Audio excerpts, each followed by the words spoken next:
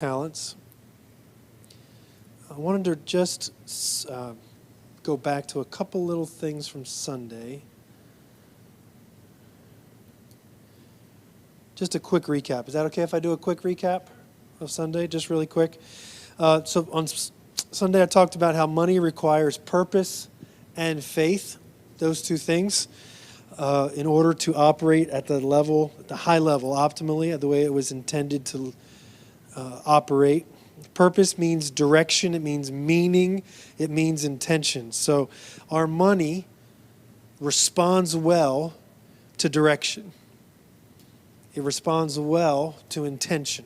It responds well to your being deliberate with it. Money likes that. Money lives for that. Money also responds to faith. That's the other thing, purpose and faith. Money is always a seed of something bigger. Money is never the end. It's always the means to an end. I think that's really important to remember, is that we're not working for money. We're working for something else. I know many of us think that we're just working to get our paycheck, but in reality, your paycheck is for something. And if you're not clear on what the something is, then your money will find something else or someone else that knows what it wants. And that's what I have found so many times. People that are not purposeful with their money, someone who is purposeful will take it from that person. It's not like a devious thing either. Someone who is not purposeful and intentional with their money will voluntarily, without even realizing it, give it over to someone who is purposeful and intentional with their money. Okay? In some cases that is corrupt, but in many cases it's just someone who sees a good opportunity. And oftentimes a good opportunity is someone that doesn't know what to do with their money. And so if the more intentional you are, the more purpose you have, the more intention and purpose your money has. And as a result, it does what it was intended to do.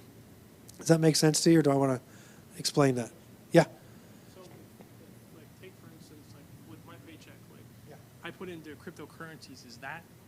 Well, yeah, you're hoping that investment is going to create more. Hopefully, you're researching, because one of the number one things that I have learned about investing is invest in what you know. Okay, this is really important. Every single one of you, invest in what you know. Do not invest because someone else gave you a tip. That is usually grounds to lose money. Okay. Or you read one article and now suddenly you're an expert on that particular subject.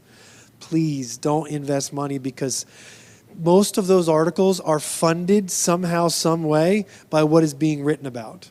I mean that. If you go behind the scenes, especially in a lot of financial articles and things like that, if they list a stock or if they list a company or they list an investment, oftentimes there is someone behind the scenes funding that, okay? So that's why I'm saying the more intention, the more knowledge, the more understanding you have on a thing, the better chance of that thing growing. All right. So we talked on Sunday about how do not store up. Jesus talked about money from the standpoint of it's not intended to be idle. So I was, being funny on purpose, or at least I thought I was being funny, about how savings over time actually becomes detrimental to people. Because over time, if money doesn't do something, it becomes an idol. It literally becomes like, oh my gosh, I have $50,000 in the bank, and if it drops down to 49, or if I invest it, then I won't be secure anymore. The longer money sits, the more it becomes our security. And it was never intended to be that. Money was never intended to be security. It was meant to be a worker. It was meant to be a tool. And I'm going to talk about that tonight. Okay? So money was meant to move. And so faith and purpose give it the right direction to go and give it the proper motivation and acceleration to go where it was supposed to go. We talked about inflation. Hopefully you took notes on that, because that's a really important thing for you to know what inflation is. We then started to talk about what Jesus means when he says, do not store up treasures on earth, but instead store up treasures in heaven. I always used to think that meant years ago, and many preachers still preach this way, that it means to give all your money. It means to give money to the poor. It means to give money to the church. It means to give money to nonprofit organizations. And don't get me wrong, I think a portion of your money should be going to things like that. You should look for causes that mean something to your heart. You should listen to the Lord. And if the Lord tells you to give, I will promise you that will go well with you. I'm willing to bet every single one of us in this room, and maybe whoever might be listening, has felt the Lord tell you to give to something or someone. Raise your hand if you felt that. Did you listen? Yeah. And even if it never even came back to you financially, something takes place in your heart. Something takes place in your relationship with the Lord that is so beneficial to your life. So please listen to the Lord. But really, when he's talking about instead store up treasures in heaven, he's talking about investing, spending, thinking about money the way heaven does, the way the Lord does. And since the Lord is the King of heaven, we think about how the Lord thinks about money. And the two things that the Lord is always thinking about is the first thing he's always thinking about is the restoration and abundance of every human being. God is always thinking about how can people be more abundant? How can they be more restored? He's thinking about his sons and daughters being sick with sin or being sick with mindsets or poverty or brokenness or broken relationships. And so he's always trying to invest himself into people so that they can grow, heal, and be abundant. Our money should think the same way.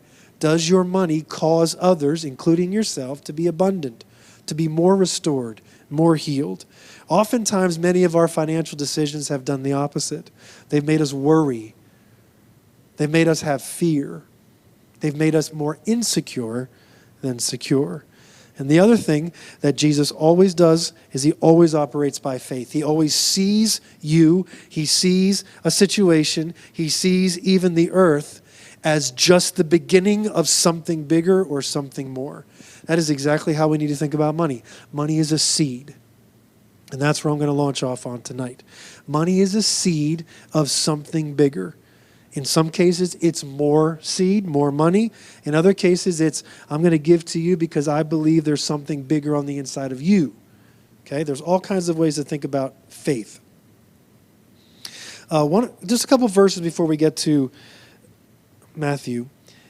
Just write this down if you're writing, if you're taking notes. Put down 1 Timothy chapter 6.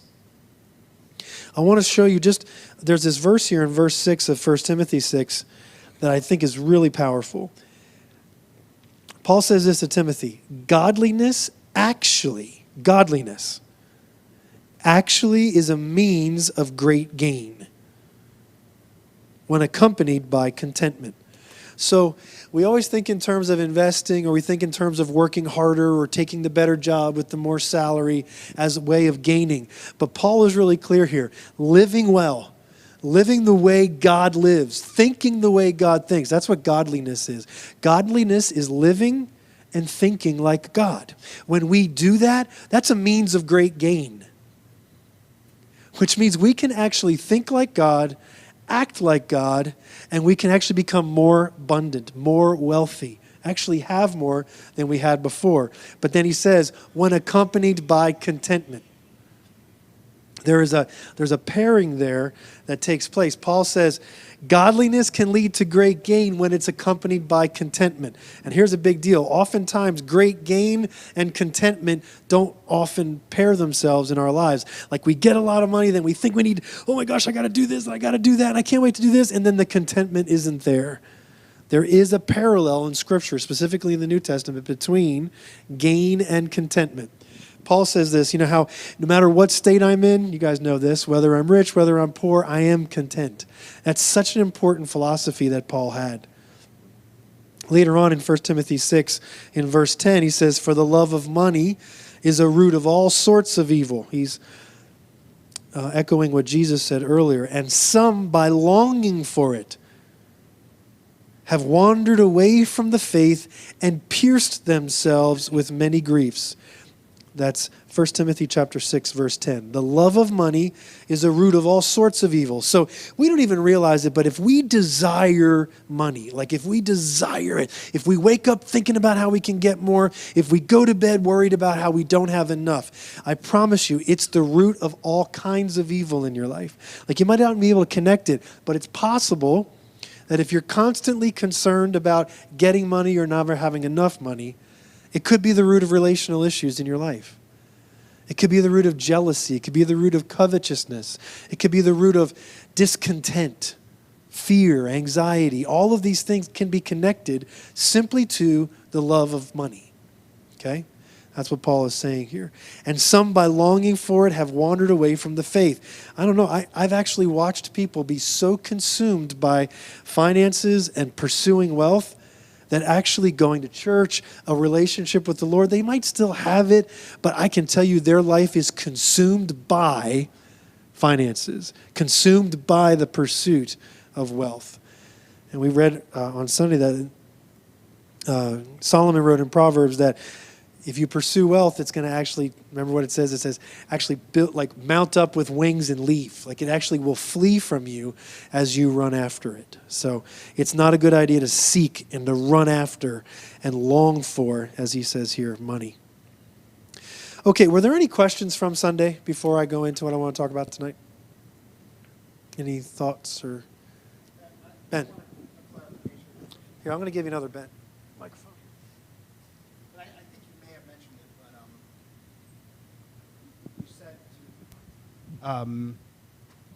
Invest in what you know. Yeah. But does that extend into investing in who you know? So that, because there's plenty of, I bet you all right, everybody's right here is like, I wish I would have gotten into Microsoft at $10. You know, like that's something you don't know about, right? Like, or there was a beginning of Uber, or there was a beginning of all these things, right?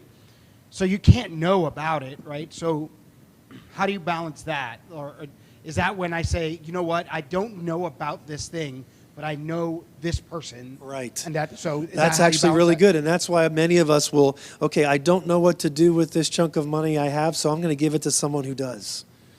And that's a very wise thing to do. Not everyone is super wise or has the time to research like we just talked about here with Steve.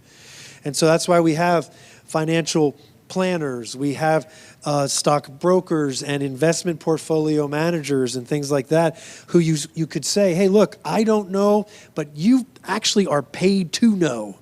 And let me see how you've done over the last 5 or 10 years. And these guys have to show.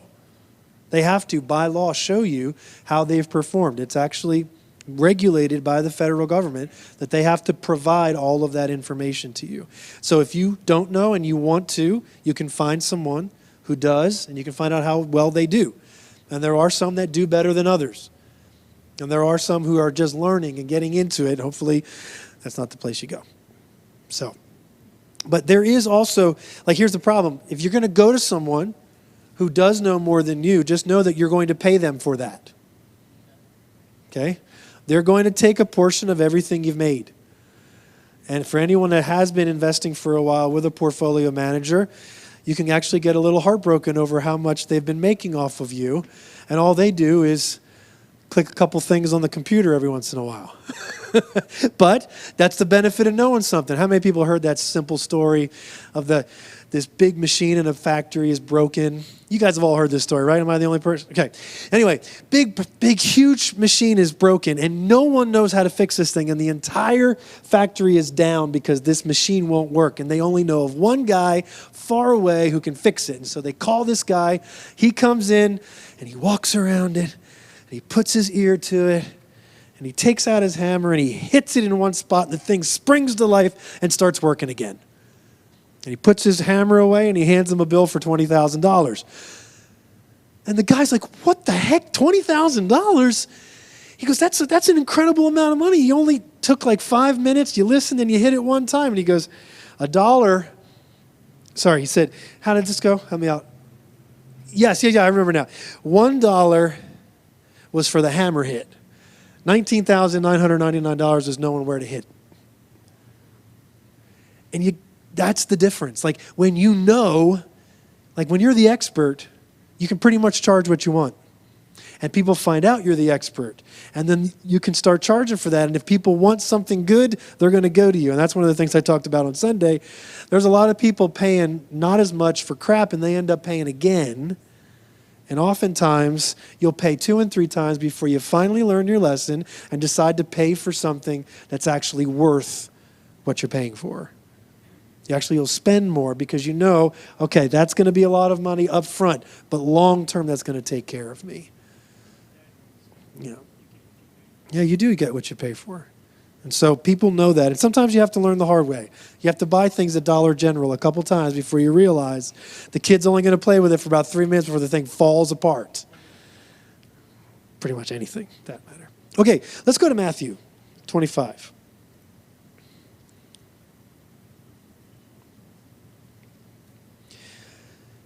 You guys all know this, so I don't want to beat this thing to death, but I at least want you to see the foundation of what I wanted to share tonight. 14, Matthew 25. So it's talking about the kingdom, all these different parables about the kingdom of God. He starts out in 25 about the kingdom of heaven is like 10 virgins. And then he said in 14, it's like a man who goes on a journey. Okay, this is the kingdom of God. So it's really not even about money. This parable is about the kingdom. It's just like a man about to go on a journey who called his own slaves and entrusted his possessions to them. To one he gave 5 talents, to another 2, and to another 1, each according to his own ability. Huge point. Each according to his own ability. He gave based upon ability. All right, we'll talk about that in a minute. Immediately, the one who had received the 5 talents went and traded with them and gained 5 more talents. In the same manner, the one who had received the 2 talents gained 2 more. He who received the 1 talent went away, dug a hole in the ground, and hid his master's money. We'll read the whole thing. After a long time, the master of those slaves came, settled accounts. The one who had received the 5 talents came up and brought 5 more talents, saying, Master, you entrusted 5 talents to me. See, I've gained 5 more. His master said to him, Well done, good and faithful slave. You were faithful with a few things. I will put you in charge of many things. Enter into the joy of your master. Same thing happens with the guy with 2 talents. Can we just go with that? The 1 talent guy. I knew you were a hard man. This is 24. Reaping where you did not sow, gathering where you did not scatter any seed, and I was afraid, and I went away and hid your talent in the ground. See, you have what is yours.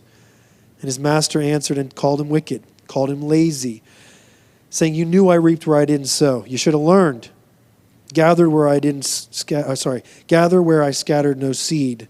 You ought to have put my money in the bank, and on my arrival I would receive money back with interest. Therefore take away the talent from him and give it to the one who has 10. Important verses. To everyone who has, more shall be given. We've always looked at that and thought of money. To everyone who has, we think of money. That's not the case. How were they given? According to what? Ability. Okay, that's what he's referring to here. He's not referring to money. He's referring to ability. To everyone who has ability, more shall be given. If you think only in terms of money, that verse won't apply to you. And you'll blow by it and you'll think of something else. But if you think of that in terms of ability, if you think in terms of that of purpose and faith, like we talked about on Sunday, then you realize that every one of us, that verse applies to. To everyone who has, more will be given. You do have purpose. You do have faith. Now, if you have it, more is going to be given to you. Because really, this is less about money or talents or about denarii or whatever you want to talk about. And it's more about, will you do well with what you already have? And all of you have purpose and all of you have faith. And if you apply that to your money, then you can use that verse for money. But before you apply this verse, verse 29, to money, first apply it to purpose, faith, the ability he was applying earlier. Okay? To everyone who has, more shall be given, and he will have an abundance. So if you let's just think about that in terms of ability. For to everyone who has ability, more will be given, and he will have an abundance of ability. I love that. I like that so much more than money, because that will always equal to money, but it'll equal to so many more things than just money. But from the one who does not have, even what he does have shall be taken away. The beauty is all of us have money. Sorry, all of us have ability. All of us have ability. Okay, so this is what I want to do tonight. I want to just bring...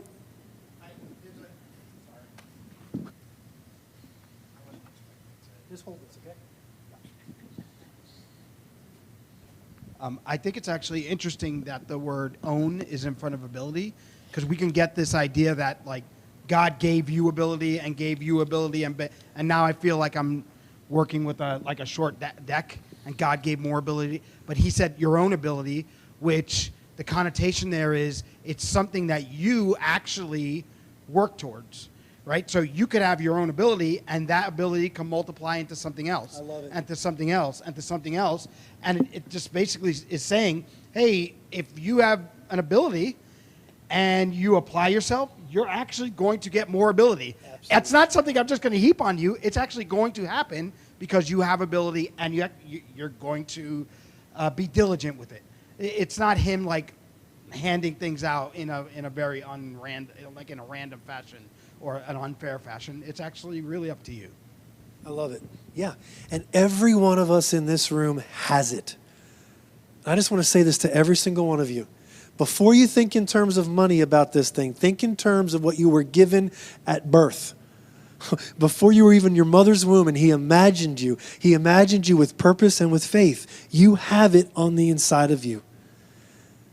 And so as we talk about what we're going to talk about tonight, I want you to think in terms of that and realize that that is actually the riches already on the inside of you, waiting to be multiplied.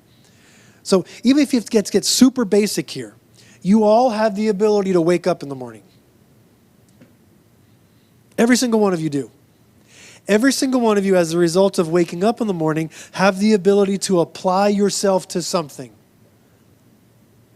Not one of you lacks that. Amen? Like there is so much potential in those two things. You're going to be able to wake up tomorrow, and you're going to be able to apply yourself to something. Now, if you infuse both of those things with purpose and faith, the world opens up to you. I don't care where you live. I don't care how little or much money you have. I don't care of the number of people you know or don't know. If you can do those two things and apply purpose and faith to it, that's the beginning of something great. It's really important for us to think this way, or we will never see abundance in our lives. Okay, so initially, as we grow up, okay, we're out of school now. I'm talking to the adult you. Initially, every single one of us, well, almost all of us, unless we have something going on in our lives where we can't do this, but for the most part, the vast majority of us work to make money. Just raise your hand if you're in this with me. Okay, understand. Initially, we work for money. In other words, we produce a thing, whether it's a good or whether we perform a service, and as a result of producing, hopefully, how many people produce a product of some kind? We got a producing of product. All right. How many people perform a service? Isn't that interesting? A lot more service providers than production. Interesting. Okay. Either one of those things end up equaling what at the end of the week or every 2 weeks? A paycheck of some kind, right? How many people absolutely expect that at the end of the week or 2 weeks? And if it's not there, there's going to be a phone call, an email, or something going on, okay? Yeah, we work for money. And as a result of the effort put in, the result of waking up and applying ourselves to something, there's something that we get in return, and it's called money. It's called money or a paycheck. Now, here's a caveat. If we are wise, okay? If we're not the third guy in the story, if we're one of the first two guys in the story, we're not going to spend the entire paycheck. I need to say that because I know that sounds overly elementary, but I can tell you right there is the beginning of the brokenness of all of the purpose and faith in the world. All of the I will get up and I will apply myself and I will have purpose and I will have faith. But at the end of the day, if we're not wise, if there's not wisdom applied to the purpose and faith that we have, the hard work, then all is lost. Okay? I want to share a simple secret with you, is that God always intended every human being to have some left over. You should never, write this down, keep this emblazoned in the back of your mind for work. You should never spend everything you make. Super important. And I don't care how little you make. And I know there's going to maybe be someone maybe listening or someday thinking about this, thinking, Mark, you can't do that in 2021 society. There's no way you can make enough money. There's going to be someone that makes less money than they can spend. And I say, I don't think that's true. I believe every single one of us have the God-given ability to spend less than we make and survive. I want to set that down as an absolute necessity. That wisdom must be applied to purpose and faith, or we're not going to be able to go forward with anything else we're going to talk about here. Okay? So can we do that? Can we say, first of all, there's just a couple givens here to go forward, that the most important riches you have right now is your own ability. We need to agree to that. And every single one of us have it. All of us have ability. All of us have been given a purpose and been given faith by the one who created us. So we all have that. And the last one that I want, it's a given to go forward, is if we are wise, we don't spend all we make. Even if it's like let's say you make $500 and at the end of the week you spent $495 to survive. You still got what? And I know that doesn't sound like anything, but that's the beginning. And the Bible's very clear about do not despise the day of small beginnings. Don't despise that $5. Because often what we'll do, it's only $5. What's $5 going to do? And so we'll just blow it on a Starbucks drink. Or we'll blow it on something. Instead of thinking, oh my gosh, this is seed. And that's how I would like every one of my friends and family to start thinking about anything and everything that is left over at the end of all of your bills being paid, that I have seed. Okay? Super important. If you want to live according to how God originally created us to live, we have to decide that what we consume is bread. And everybody, yeah, you got to have bread, okay? But he also says you do not live by bread alone, okay? Which means there's more. And I know that he also said to live by every word that comes from the mouth of God, okay? But there's more than just living for or by bread. There's also a life lived by seed. What you consume. So let's go back to the $500 person, and they spend $495. That $5, don't let it be bread. Don't let it be burned coffee beans diluted with water. Okay, just decide that you're going to take that money and you're going to put it somewhere called the seed bag, or call it the seed can, or call it the something. You're going to set it aside and you're going to have a vision for that thing, and you're going to say that $5 is not going to stay $5 long, because that's how people think about seed. What we don't consume is seed. Okay, so what we consume is bread. What we don't consume is seed, okay? And you gather seed, every one of us, if we don't spend everything we make, and that little bit that's left over, hopefully it's even more than $5. Hopefully it's enough that it actually makes you feel like, oh my goodness, I'm starting to build something. And over time, the little bit of seed that's left over, you're going to start to think to yourself, you know what? I actually think I could have more than that left over at the end of the week if I did this differently. Or if I thought about this differently. Or do I really need this? I mean, there's a lot of things that we spend our money on a monthly basis that we probably don't need, that could actually be stealing from a potential future. So as you begin to build up your seed bag, as it begins to fill up, it actually starts to be kind of attractive. Like you're actually looking at it like, oh, dang, you're a sexy bag, you know? You're actually looking at it and you're thinking, that is beautiful. Like, that is a beautiful bag. And then you start to look at some of the things you're spending money on and you're like, you ain't near as sexy as that bag is. And so you start to transfer, and before long, it becomes almost like this, really like working out.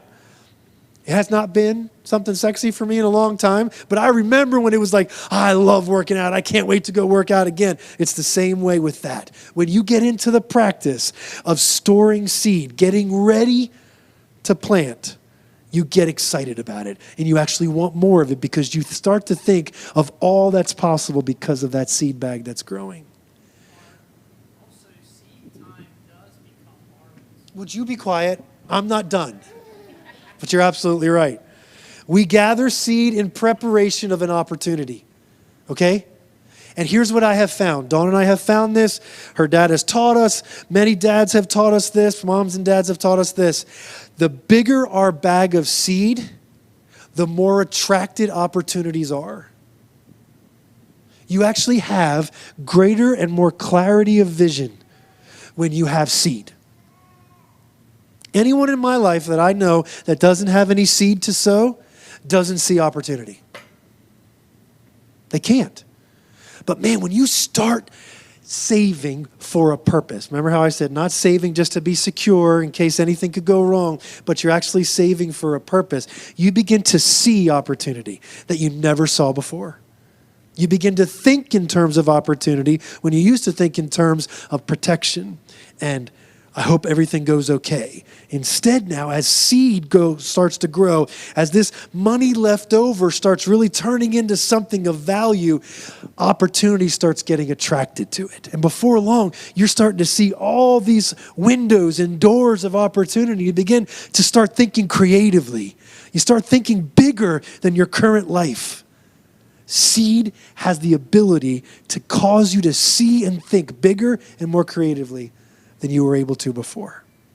So that's why we gather seed. We gather seed in preparation for opportunity. And then when opportunity appears, this is the key, you gotta sow your seed. I've watched this too many times in my own life. Other people, some of you might have done the same thing. All right, I finally saved it up. Sometimes we call it a nest egg. Sometimes we kind of, the birds sit on the eggs, right? And it starts to get real comfortable. Our butt starts to fit around the egg real well. And you're thinking to yourself, man, this is a pretty comfortable chair. I think I'm just going to sit on this for a long time. And the reality is that's not what it's for. It's not to sit on. It's to sow. Seed does nothing. It just sits there with a hard shell. So there's a few seeds you can eat, but for the most part, they're just there until they're sown. When opportunity appears, we sow our seed. And I love this. We live in the agricultural center, in my opinion, of Pennsylvania. If you go too far north, it's all woods and mountains. But down here, south central Pennsylvania, it is heaven of agriculture here. And we have so many examples. Farmers know it's time to sow seed when the climate and the conditions are right. They know it. Now, I know for all of you, it's like, duh, here comes spring.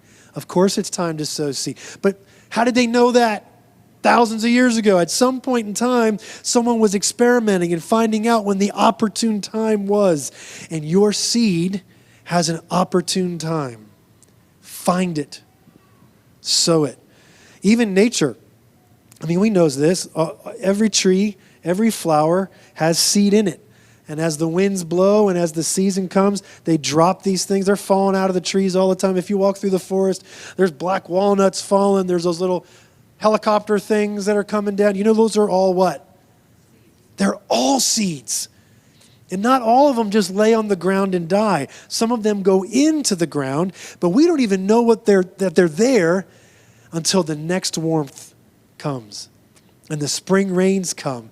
And then we go walking through the forest again and we start seeing all these little saplings start growing up near the oak trees. And the little pine trees growing up. Like, this is all there.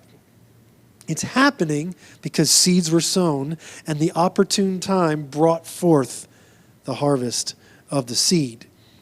While the seed begins its death, rebirth, growth, and harvest cycle.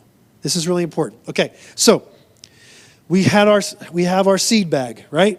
We've been sowing into it. We've been taking our leftover money and we've been disciplined. We've been keeping our leftover money and then we saw an opportunity. And look, guys, opportunities are as vast and as unique as you are. So don't just think in terms of the stock market. Don't just think in terms of crypto. Don't think just in terms of what everybody else is investing in. I want you to know that opportunities are for every single one of us, and they don't always look like what everybody else is doing. This is so important. That's why the purpose and the faith come in, okay? Because purpose often looks more like you. If you have purpose, then oftentimes the opportunity that's right for you isn't right for Laurel, isn't right for Kate, but man, it is right for Gary, okay? So you take that seed that you've had, and I know it's hard because, man, this thing's been growing, and it's almost become like another child to you, and I love this thing. It's nice, and it's growing, and it's beautiful, but the opportunity comes, and the season is here, and if we don't sow now, then that opportunity is going to be missed, and so we sow. Purpose and faith cause us to take that money and say, I'm going to invest it because of two reasons. Number one, I know money was meant to move. That's first. And if money moves, it attracts, like I said on Sunday, friends.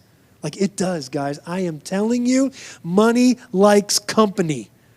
It does not like to be alone. It does not like to stay small. It likes to grow. It is one of the greatest secrets that I want every human being to know about money. It wants to grow. It just needs purpose and faith to do it. And there are plenty of people in the world today don't even have a relationship with God at all, but have purpose and faith. Because they were created by God. And even though they might not be connecting it yet to their relationship with God, they still operate by purpose and faith. I read an article today. A billionaire guy was just giving real simple advice on how to invest. That's where I actually got the invest in what you know thing. He said he watches way too many people just invest because someone gave him a tip. So anyway, he was talking about how I just had to start investing. The way I learned was I invested. I lost a bunch, I made a bunch. And like I talked about on Sunday, he's a guy, he invested one time in something and it gave him almost everything he needed to start spreading out. Like it was just one time. He failed here, kind of went okay here. But when he invested here, it blew up. We're talking like 150, 200 times what he invested. And that became an ongoing seed producer for everything else he does. He's a billionaire today. There are opportunities. But it takes purpose and faith to take that seed out of the bag and put it in to the economy. And I'll talk about that in a minute. Okay, so all the while, so now we've invested the seed. And here's one of the things. Happens to me, happens to every single one of us. I invest the seed. I remember, let's say, my $5 or whatever leftover money turned into $5,000. And now I want to take that $5,000, and I'm going to invest it. Anybody else? Like, I'd like to see a harvest tomorrow. Like, I want it now. I don't want to wait. It was really nice to have it there, and now it's out there, and I don't know what's going to happen to it out there. What's the very first thing every seed does when it's sown? It dies. And honestly, we have to do the same thing. As hard as it is to think about, whether you're investing in a new piece of machinery or equipment, or maybe it's a new counselor for the practice or something like that, that's an investment. And at first, not producing much. Oh man, nothing coming out of the ground yet. Oh man, this is starting to hurt. I liked it a lot better when it was over there. There's a death process, and then there's a breaking through the ground process, and then there's the sapling process, or whatever particular plant we're talking about here.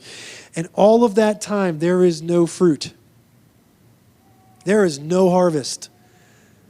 You're watching this thing, and you've put your hard-earned money that you did not spend on your bills, and it's there, and you're waiting for it. And all of that time, this is so important. While it's going through that process, you continue working for money. Okay? So this is one of the things I had to learn. I worked, I saved up that seed bag, and I invested it. And now I'm like, okay, I'm ready to live off my investment. And that's not how it works. Like, you got to go back to work. Like, you got to go back to work, and you find out that I'm going to work. If I was able to grow that bag to the point where I could invest in that field, I can do it again. And so while now what you've got going on is you've got your money beginning to do what? Work for you. Okay? So in the beginning of this, if you've never done this before, if you've ever done it on a little scale, the first time you invest, go back to work tomorrow. Like, it's really important. I want to say that to every single one of us. Go back to work. Start putting more seed in the bag, because that's not the only ever opportunity you're going to have. There's another one coming. There's multiple ones coming. I'm discovering there are more opportunities than I have seed.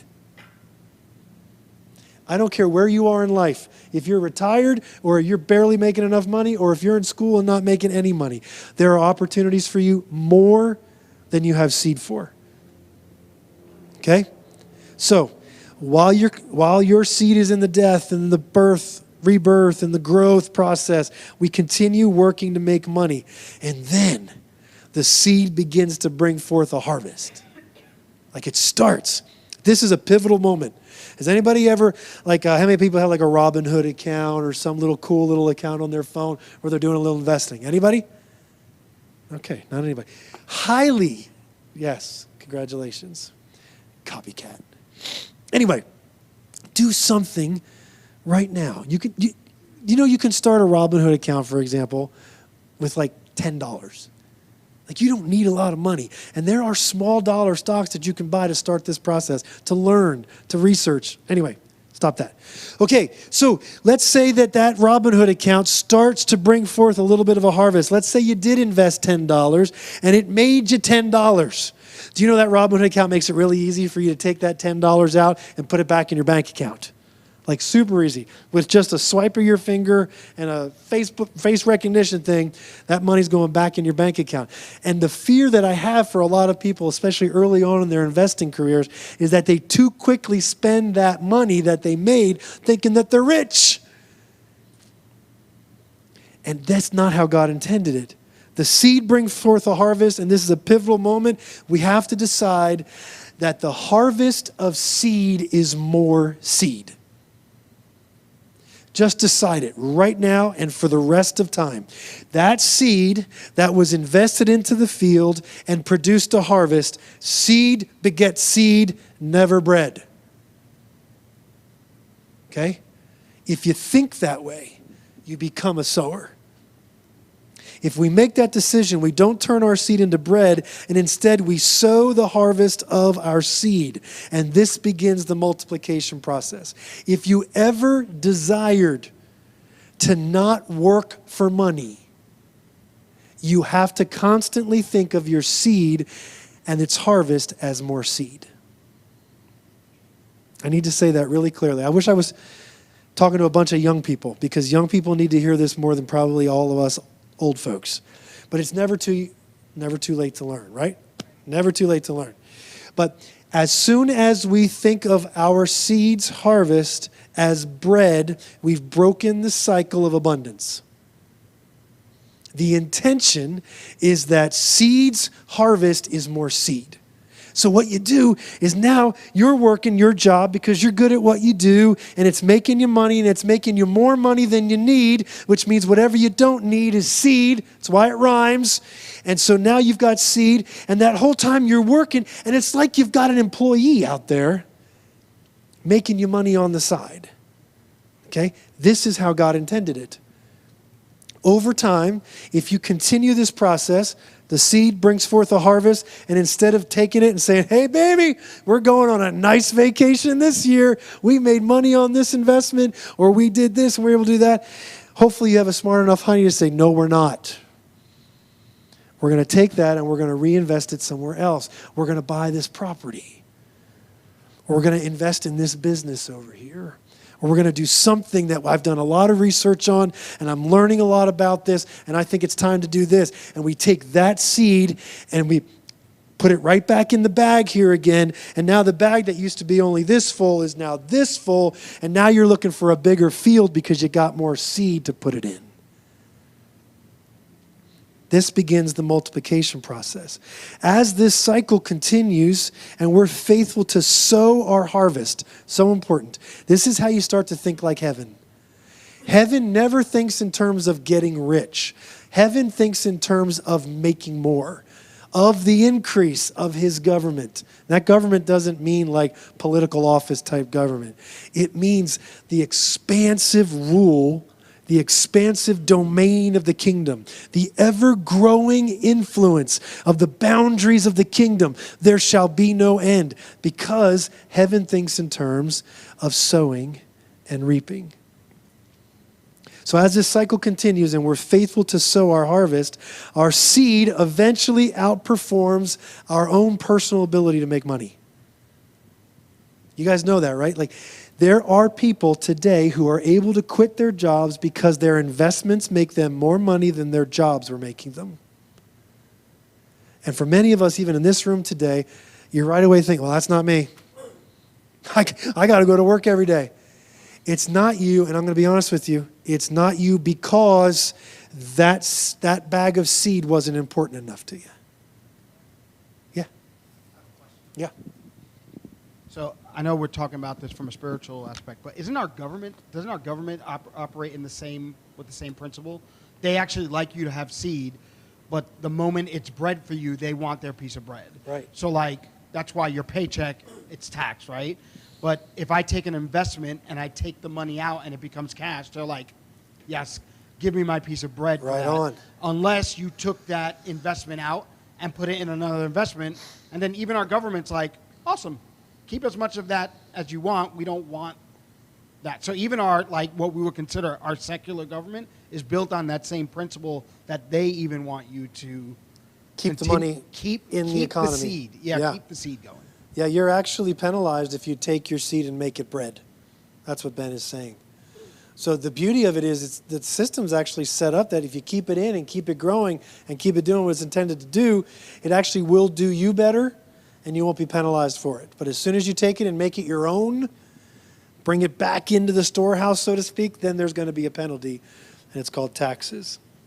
Any other thoughts or questions so far?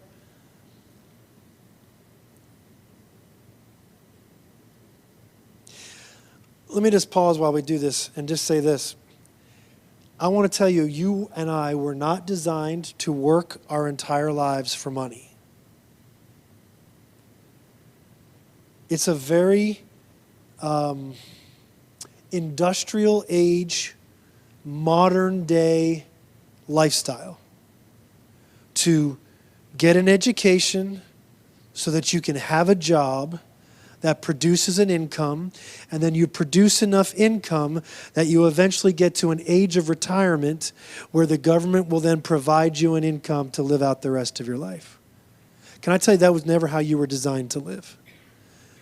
But we have made our lives about this. Like, I can tell you, the majority of us in this room are normally, most often, thinking about what we do for a living. I'm willing to bet the lion's share of your thought process is your job. And your job equals what you do to make money. And I want to tell you, that's not how we were designed. We were actually designed that money would work for us. And I say that with all sincerity, and I had to think about this all day. Like, am I willing to say that to this group of people?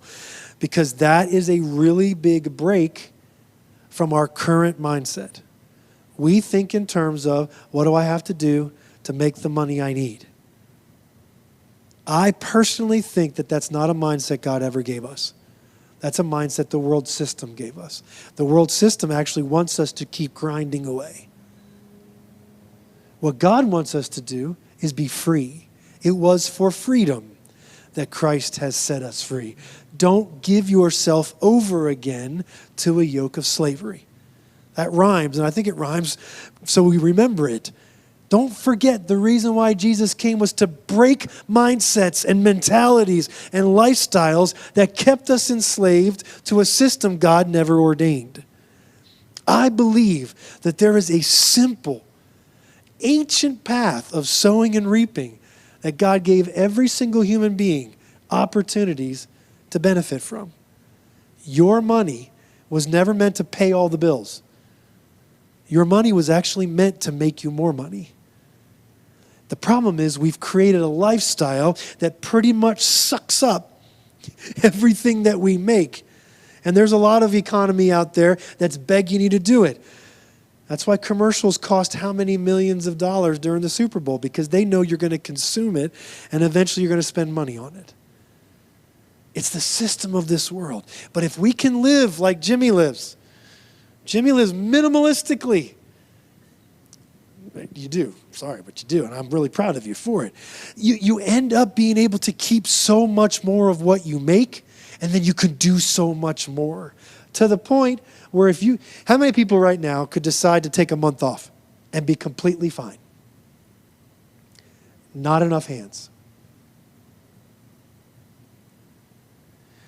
Maybe you have enough money, but you're afraid you wouldn't have your job when you got back. If you're afraid that you wouldn't have your job when you got back, you're still stuck in the system, even if you have enough money. Okay? Because if you think in terms of I might not have my job after a month, then you're stuck thinking that's your only opportunity. And it's wrong. Remember how I said opportunities are as plentiful as the seed in your bag? And it's really important for us to have a mentality that thinks in terms of this, because the job mentality, that's just like, I'll even say this, your job is a seed. And if you think in terms of that, there is so much you can get out of your job that will not only benefit you, but benefit the company or the school or whoever it is you work for, to grow it and bless that. Let me say these things. So we were designed by the Father so that money would work for us, that seed would bring forth a harvest. Our harvest is a multitude of seed intended to be sown and harvested to bless us and others. As our harvest increases due to faithful sowing, we don't work as hard. Someone say amen. Like I want everyone else in this room to hear this. As our harvest of seed increases, you don't have to work as hard, because money's working hard. Money was designed to work harder than you. Here's something I've discovered about money. It doesn't get tired. It doesn't. Money does not get tired. You do. I was tired at the end of today. I worked for money today. Anybody else? Whew. It's not going to be like that every day, though, I can tell you that. Because I have a goal in mind. I have a vision in mind. My seed is going to bring forth a harvest. So if you're working today, hopefully you're working for seed. But here's the thing. Your seed will work harder than you. It has the DNA inside of it to do it. It doesn't even know how to be tired. And also this, it doesn't know how to lose. Remember, money only thinks in terms of multiplication. So, if we begin to think this way and we don't work as hard, instead of working hard, we begin to steward the sowing and reaping process. Think about this. Wouldn't it be so much better than to try to work 40 or 50 hours a week to instead steward your investments? Just think about it. Just think about the possibilities that would exist if you didn't have to work so hard. Instead, you could oversee your seed, sowing, harvesting, all of that's going, whatever that looks like in the investments that you're doing. This was the intention of every human being. There will always be those, I was starting to think about this. Here, let me think about it this way. So if every single one of us are working to the point where we have seed bag, and then the seed bag does an investment, and it brings forth a harvest, and it brings forth more seed, and that process starts really churning, right? And it's really going to the point where, hey, you know what? That job that I was working, that's actually small potatoes compared to what this is producing. So I'm going to leave that, and I'm going to watch over all of this, whatever this is to you. Okay? I started thinking to myself today while I was getting this ready, I'm like, well, if everybody does that, there's not going to be anybody to work. Never the case. There will always be people to work. But the beauty of the kingdom, don't forget, this entire parable is about the kingdom, right? The beauty of the kingdom is there will always be someone to work inside your sowing and reaping process. Think in terms of business for a moment. Okay? Let's say you've invested enough that the business you invested in is now growing and gaining momentum and creating so much harvest that it's actually producing more harvest than your job that you were working that created that opportunity could make. So you leave this, and now you realize this business needs people to work in it. Hello? This works. Now, the beauty of these people that are working in your sowing and reaping business, whatever it might be, they're learning the process. They're watching how Mike is creating this beautiful, whatever it is. I don't know. I don't want to say things specifically, but they're watching this sowing and reaping process. They're working in it. They're harvesting one day. They're going over to Mike's seed bed and they're getting more seed and they're putting it in the ground. They're learning the process. And before long, they're starting to have the same mentality Mike has. Could you imagine creating a system or a business that created more and more businesses out of it? Created people thinking the same way as this. Guys, they will leave as they faithfully do the same thing. As they start getting their harvest, others will then come and learn the process. Guys, this is economy. This is how economies are made and grown, is that business produces business. There's not one business in America today that did not come out of another business. Whether it was coming out, someone leaving a job to start a business. I know one business in our area, 5 different businesses have spawned out of that business. It's powerful that way. If there's a mentality of growth, if there's a mentality of I am in sowing and I'm investing, then there's not a worker mentality in it. Instead, there's the, oh, wait a minute. I can do this too. This isn't just for the boss or just for the owner. I can do this too. And the beauty is the boss or the owner says, God bless you. Go do that. Look what you did out there. Look at your business out there growing and prospering to the point where you can't work for me anymore. Get out there because there's someone else coming in that needs to learn this thing too. This is economy. This is how it grows. The above is how economy is created. Families live off of this. This is how inheritance is passed down. You can't pass on an inheritance if you're only living off of everything you've made. There is no such thing as inheritance if everything we make is spent. And there are a lot of families who at the end of the day, like they actually have to have someone else fund their own funeral because they barely had enough to even bury themselves. That cannot be the way it is. Economy is the exact opposite. It's this exchange. There's so much seed sowing and so much harvest taking place that before long there needs to be so many people involved in the process. As time progresses and the cycle is honored, a literal society is produced. If we go back in history, I promise you what I've just described here tonight is how it's all started. It all started because someone decided that I need to sow in order to harvest. This is how new businesses are created. This is how investment portfolios are built.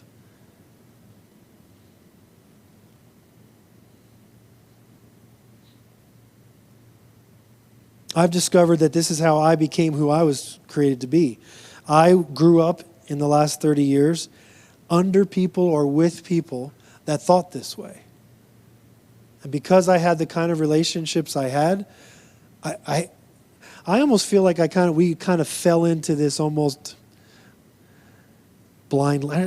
Not blindly. I mean, we made good intentional decisions, but I can tell you today, I'm the result of living inside of somebody else's seed sowing harvest process. I helped their seed sowing harvest process grow. And as a result of that, I learned, I watched, I desired what was happening there to learn and to grow and to understand it. And now we're creating our own. And hopefully our children will grow from this and learn from this too. To the point where work is now for fun. Like, I'm going to be honest with you, we're getting to a point where, and hopefully many of us are, where work is almost the extra instead of the necessary. Hello? Can I tell you that's actually how it was supposed to be? Now instead of working for money, you work for fulfillment. You work because you actually like it. You work because I want to have purpose in the morning when I wake up. So I'm going to go contribute. But I can promise you, anybody else, it's not a whole lot of fun working because you have to. Working because you have to is what actually wears the human soul down. But working because you want to, like you can't wait to get with the kids tomorrow morning. Like when you know that you're going to go be somewhere that brings excitement and fulfillment to your life, it's really not about money anymore. Like almost like you get the paycheck at the end of the week or 2 weeks, and you're like, oh yeah, I forgot. That's why I do this.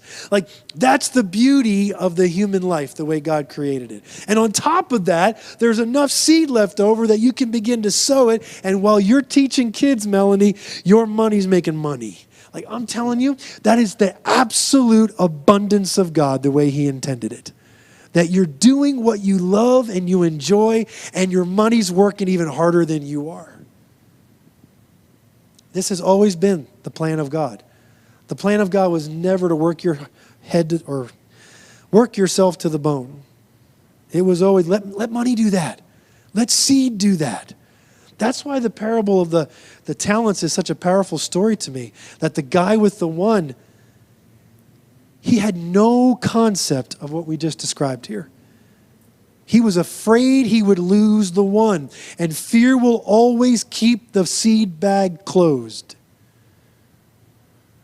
The guy who got 5 more, or 2 more and 5 more? Yeah. The guy who got 2 more and 5 more knew that the only thing seed can do is be sown. Like if you just think in terms of your leftover money as seed from here on out, like I feel like this is a win for me, this teaching tonight. If you just think in terms of your leftover money as seed and not as protection from bad things happening. Think of it as seed. And there's only one thing you do with seed. You sow it. Anything else, and it's absolutely wasted. But if we can think in terms of this, there's beautiful things that take place. So I really want to say this as a final thing, because I think if we can build economies like this, where the culture is blessing and empowerment. Like I would love to create a culture, like our family, our businesses and things like that, where the culture of blessing is empowerment. Like I want to make enough money that when I bless somebody, it's not because they're poor and I feel bad for them. I want to get to the point where when someone experiences a blessing as a result of our seed and harvest cycle that we have going on, that they actually feel empowered to do the same thing. Like, I want people, like, yes, we're always going to have the poor among us. Jesus told his disciples that. And yes, we need to give to the poor. And hopefully you all do that in some way, shape, or form. But really, if that giving just gets them till tomorrow, we're not doing anything for them. Our blessing, our economies, what we're creating with seed time and harvest is to create other seed time and harvests in people's lives.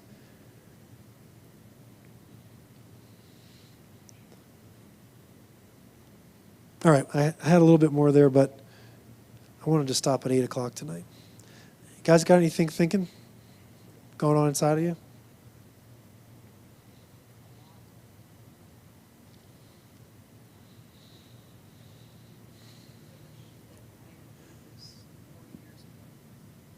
She said that she wished she'd heard this 40 years ago.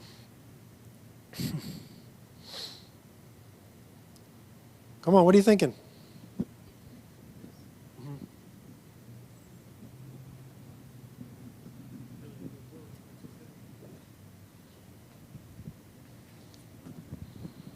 So I guess I'm a little confused about a couple of things. Like, I feel like on Sunday, there was a lot of like, money is made for your happiness. Money is made, you know, like I heard spend, you know, buy a car. Like, do you remember what you said? Like, yeah. Buy the nicer car. Right. And money is meant for our happiness.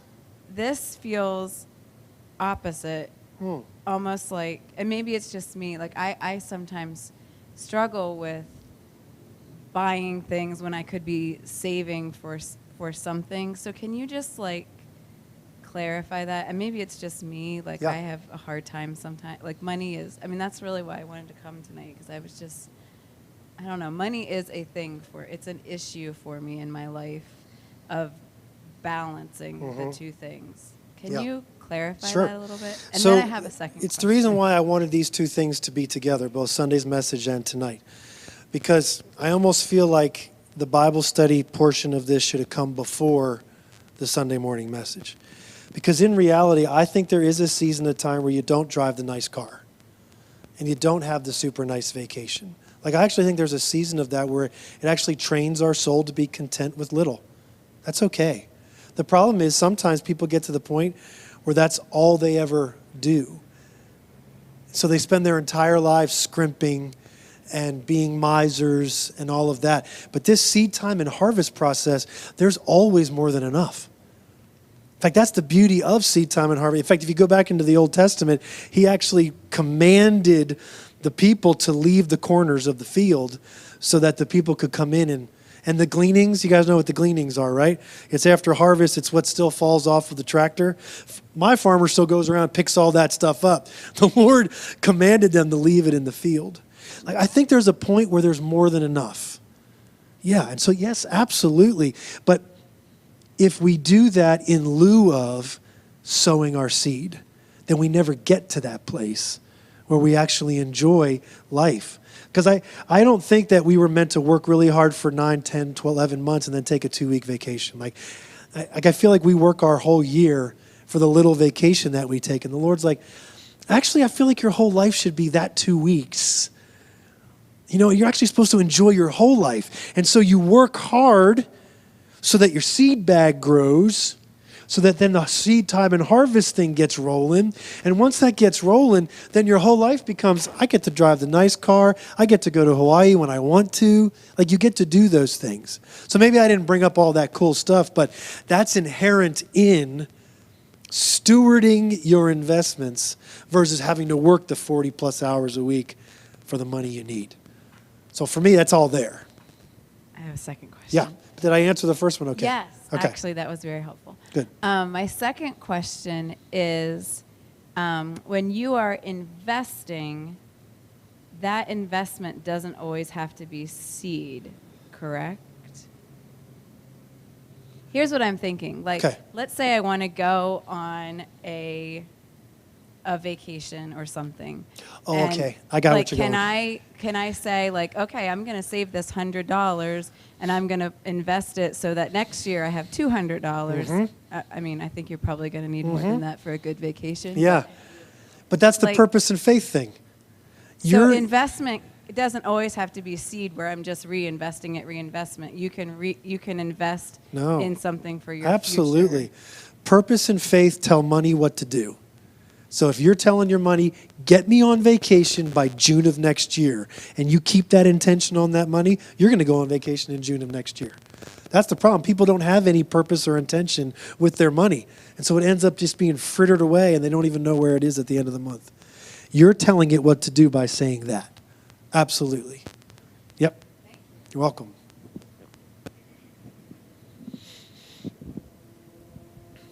So I can give some perspective of some people that I work with that are just really sad stories, and it's very much like you outlined, Mark. It's the people who are 65 and they've been working for 45 years, and all they kept thinking about is, I can't wait to get to retirement. And one of the saddest stories I had was a guy who did that, and all he ever did was save his money. And he also invested, but only invested financially. And it's not like you're talking about, where this idea of the currency, that's us. We're God's currency. You know, we're supposed to be out there doing things and out there moving around and making everyone's lives different, including our own. And this guy, that realization of retirement, once it finally came, an immense amount of depression just entered into him, because he realized that his entire life, all he did was work. That's all he ever put anything into. So he was completely just bankrupt at the end of every day, and then, in a sense, emotionally bankrupt by the end of that time he was working. And he had no idea what to do with his life then. So it's a real, and I've seen a lot of situations like that. Where people didn't invest in all the other things they could have been doing with their life. All they put in was just their work. Right on. Yeah. Jeff, do you want to say something? So I don't have some big revelation, but something that I've been talking with the Lord about. Maybe struggling struggling with for some time is contentment.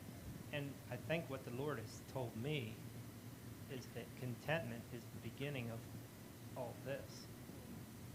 It's prerequisite. So that's the starting point. What is your definition of contentment in that? Yeah.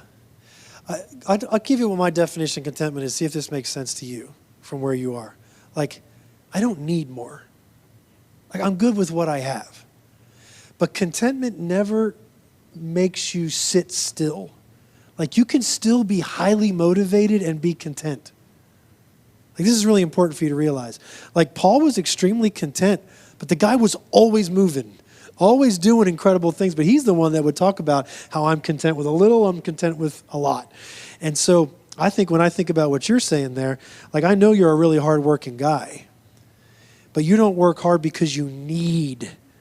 I think you work hard because you enjoy it.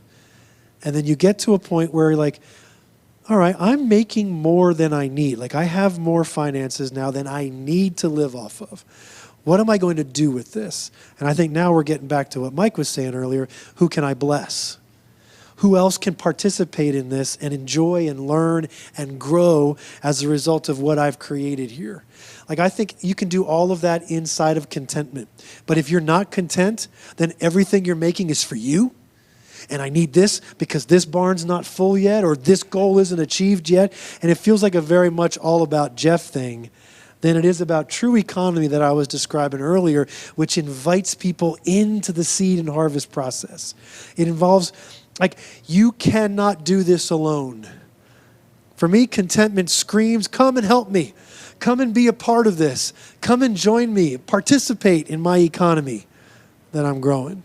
I think that's all part of what I hear you say is, like, I feel like you want to be content. Are you content?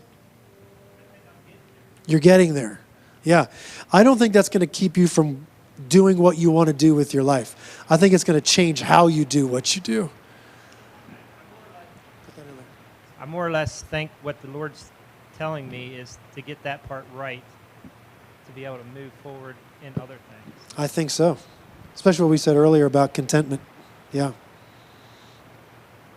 I wanted to tell a story because I can do this now. Dad's in heaven and he's all glorified and he gets it all now. But my dad, wow. The day he retired is the day I started to watch him decline. Like, he had nothing anymore. So he had worked his entire life to work. And he, like, I knew he was working for retirement. I think in his mind he had this picture of what retirement was going to be like and how enjoyable it was going to be. And unfortunately, my dad never really got to enjoy it. Like, he immediately began to lose faculty. He began to lose memory. Parkinson's started almost to the day he retired is the day his Parkinson's really started to kick in. Previous, he was diagnosed with Parkinson's years before he retired. But because of his work and because he was devoted, because he was at something, like, it was almost like it was kept at bay. But as soon as there was nothing more to do, all of this stuff started coming up to the surface. And within a couple of years, my dad was gone. Even to the point where I think I've told most of you this, my mom and dad built a brand new house in Texas. And my dad only got to enjoy it for 6 months before he was put into a memory care facility. And less than a year later, he was gone. And so we don't want that to be our lives. There's something more for every single one of us than that. And we don't want someone sitting in Mike's office at 65 saying, I realize now I missed out on so much. I missed out on the contentment. I missed out on, I could have taken that trip and I could have had my kids involved in this with me and all the things that can be done that money was meant to provide. Don't forget, back to thinking like heaven, money is meant to bless. Money is meant to bring restoration and abundance to as many people as possible, including us. That's what I was talking about on Sunday. And I feel like the seed time and harvest thing brings us that level of abundance and restoration that pounding away at 50, 60 hours a week for 45 years will never bring us. In fact, I think it actually steals that very thing from us that we were meant to have. But at the same time, I'll tell you this, working hard is healthy. I want you to know that. I think working hard, being devoted to a thing, being committed to a thing, and seeing that thing through, whatever it is, I think it's healthy. I think it keeps us active mentally, emotionally. As soon as we start sitting idle, we're just like that money. We don't know what to do. We start getting fat. And we start getting cynical. And all the things that come along with sitting and being idle happens. But man, I think working hard is healthy, especially at a young age. I encourage every single young person, I don't care what degree you have, work really hard. The earlier on you can work hard, the more I think you can enjoy life earlier on in your life. Can I say with that, that I've learned that, and I think this, you're on the same page with this, that it's not just working hard to make money, but it's the working hard in like the volunteer things that you do, or in your relationships, working hard in like all these aspects of your life. So from the moment you wake up till when you go to bed, you feel like, wow, that was a full day, and I did 10 different things. Maybe one of them was to what I make my money, but the other 9 things were my relationships or the other things that I'm doing. That is so true. And I think as money really does what it was intended to do, which is to work for you, then you can really give more and more of your time, effort, energy to what Mike just described. I think a hard 40, 50 hours of work working for money thing steals from the very thing Mike just described. Like at the end of that, I'm like, I can't even go to church, let alone volunteer. I can't even go to Bible study on Wednesday night because I'm so busy working, so tired, when there's so many people that really need us. That's why I feel like that verse earlier on in 1 Timothy 6 where it says the pursuit of money is actually the root of all evil, and it pierces us with many sorrows. That's what Paul said. Like some of the sorrows are when you get to 65, 70 years old, you realize, I didn't help very many people. I didn't have very many relationships. I didn't work very hard on building a relationship with my wife or with my children or with people that are really important to me. I mean, I can tell you a lot of people, I've talked with older people, their greatest regret is the lack of relationship they built with people. It's the greatest regret I see. You actually go look it up. I think there's articles on this. The regrets of senior citizens. And every one of them, especially as they get close to death, they will say, I wish I would have spent more time building relationship. Almost on everyone's top 5 is that.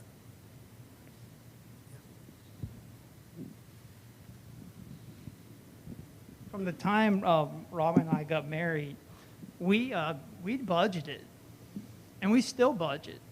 We're going on vacation this Saturday. It's already paid for. I don't have to worry about anything like that. And the other thing is, too, is like when you're at a restaurant and the Lord moves on you and says, hey, pick up that person's tab, there is nothing more fulfilling than that. One time I went into a restaurant just to pick up something to go, and I saw 3 police officers sitting there. And the Lord said, I want you to pay for their meal because of what was all going on. Didn't tell them. I just said to the waitress as I was getting my meal to go, I said, could you just give me their tab? And I paid for them. And she said, well, what do you want me to say? I said, they don't even need to know. Nobody needs to know. You know, I'm at the point, I'm a few years away from retirement. I refuse to go out like that guy that's going out. I refuse. I mean, I've been at the same job for 35 years. I still love to go to work. And, you know, so, but it is something that so many of the young people, they just don't know how to handle money. They don't know the steps because really there's no one there to teach them. But I'm telling you what, when you budget and you say, and then you don't rob Peter to pay Paul, and at the end of that month or whatever, there's like, wow, there is some seed here. Well, then you can invest it, and you may not even know. It's like, hey, I'm going to put $100 back a month. You don't even know you did it. And then the compound interest is incredible over time, how that just grows and grows and grows. But hey, God's good. I'm telling you. And even in Malachi, he says, test me, prove me. Right. See if I won't open up the windows of heaven. He will. Yeah, I love the idea of always having more than enough. I like that example of the garden. If you've planted a garden, like, there's no way you're eating all those tomatoes. There is no way. All that lettuce and all that stuff. That's exactly what seed time and harvest does. It always gives you so much more than you sowed, to the point where you're like, someone come and take this. And that's what you're doing. You're walking into that restaurant, you see 3 people, there's someone that's going to take some of my harvest right there. There's nothing better than being able to do that and knowing that you're not robbing from any of your bills to do it. Like, you've got seed. That's why I always encourage everyone, if you can, have a little bit of cash along, because sometimes cash is the best way to do that. But if you can't, just slap down your credit card. Hey, those 4 tables, they're mine. Like, it's so much fun to do that. You walk out of there like, oh, I ate, but what was really fun was I just covered that whole side of the room's tables, their bills. Yeah. I just want to go back to the the value part and the spending up front and actually trusting in people who know. Jen and I had always decided to use an accountant for our taxes and not do like the TurboTax kind of thing. And I'm not saying anything about that. That's your choice. But we use a local accountant. And one year we got the tax bill, and I was so angry at the tax bill, or like his accountant bill, not the tax bill. I was actually happy with the tax bill. But I was angry because it was like $550, and I'm sitting there like, that's ridiculous. That's a ridiculous amount of money. Now that I know, I'm like, that's nothing. Until a couple of years later, I got this notice from the IRS, and the IRS sent me a bill and said, hey, you owe X amount of dollars. And I was like, I don't even think I make that much money in a year. I don't know how I owe you this, like, in a year. Like, something's up.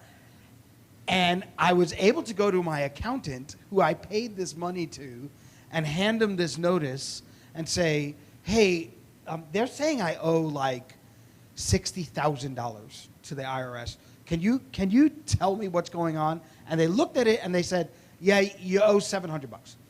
Like, they know something about tax code. They know something, and that's what I paid for them for. And now I was looking at that $550. I was like, I feel like I owe them $50,700. You know, like, yeah. So you can look at a bill up front and really get upset at what you think you're paying, but understanding the value, like over time. Like, this was a bill from 3 years ago, and I'm able to go to that person who's an expert and say, take care of this for me.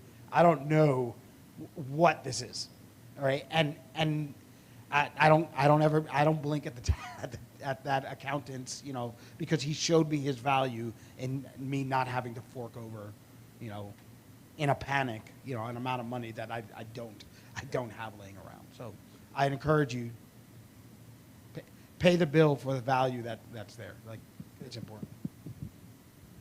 Anyone else? Yeah, Cindy.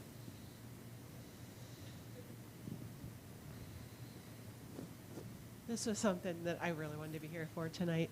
I have my small photography business, and in addition to making money, the people that you get to connect with. For example, this morning, somebody called me at the last minute, and they just needed like a digital image for a passport for her country because she hadn't seen her mother.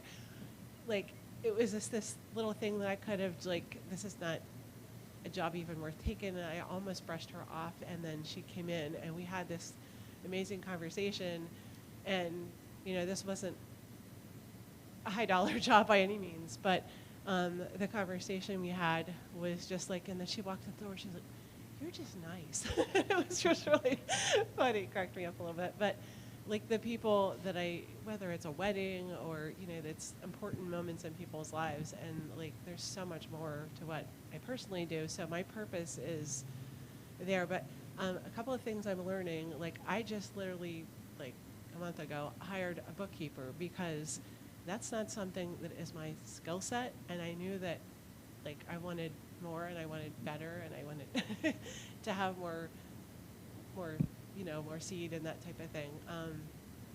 And she's an awesome Christian woman, and how we met was kind of crazy too. But, I felt like I could just need to hand you this because that's an investment in having things be better.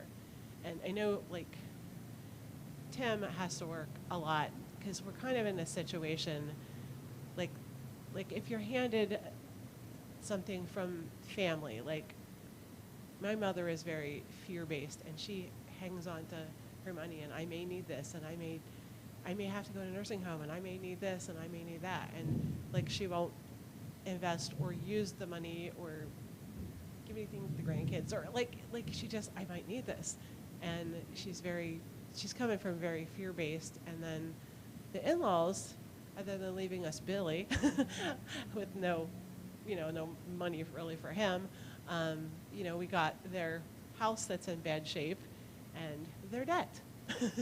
So we're in this situation now. We're trying to recover from kind of what was handed us, and do something different than both families did.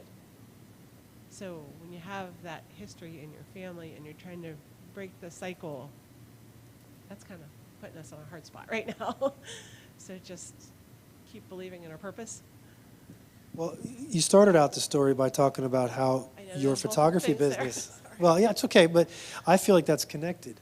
I think money's attracted to purpose. I think money's attracted to faith.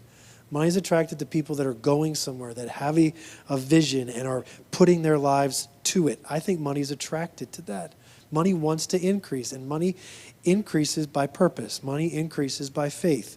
So money's looking for you.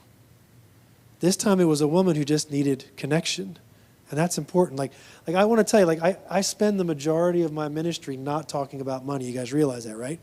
But I'm talking about money tonight. And it's okay to talk about money.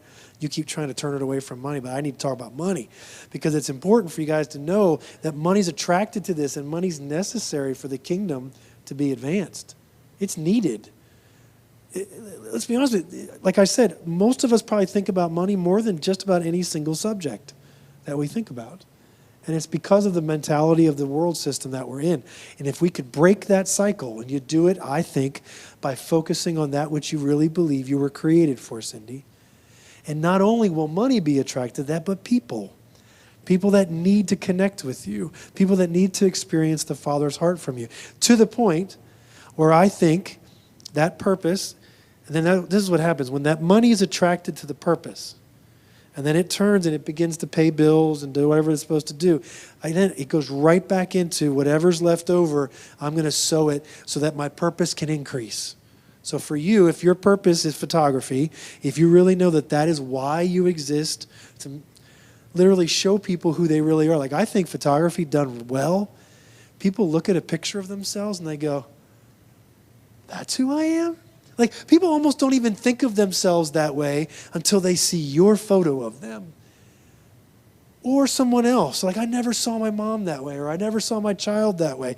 And before long, that attracts both people, opportunities, and more seed. That's how you grow. This was something I just thought of, but I had a bride that recently I did her wedding. And, she seemed nice enough, and, we were ready to go to the wedding day and stuff. And then I happened to see her website, and I thought, well, this will be interesting. I actually called Nikki about this. I'm like, what do I do? She's like a very new agey, healing, whatever. Like, it was really out there, the stuff that she believed. And I was like, okay, this will be interesting. So when she came to pick up her final product, I got the weirdest, she's like, our pictures were beautiful.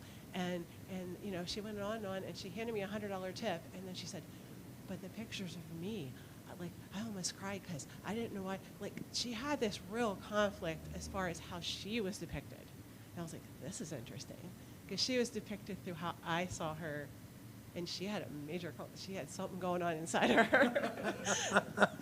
And it was like, I love my pictures, I hate my pictures, here's $100. And I was like, okay, I'm really confused here. You don't know what to do with that, do you?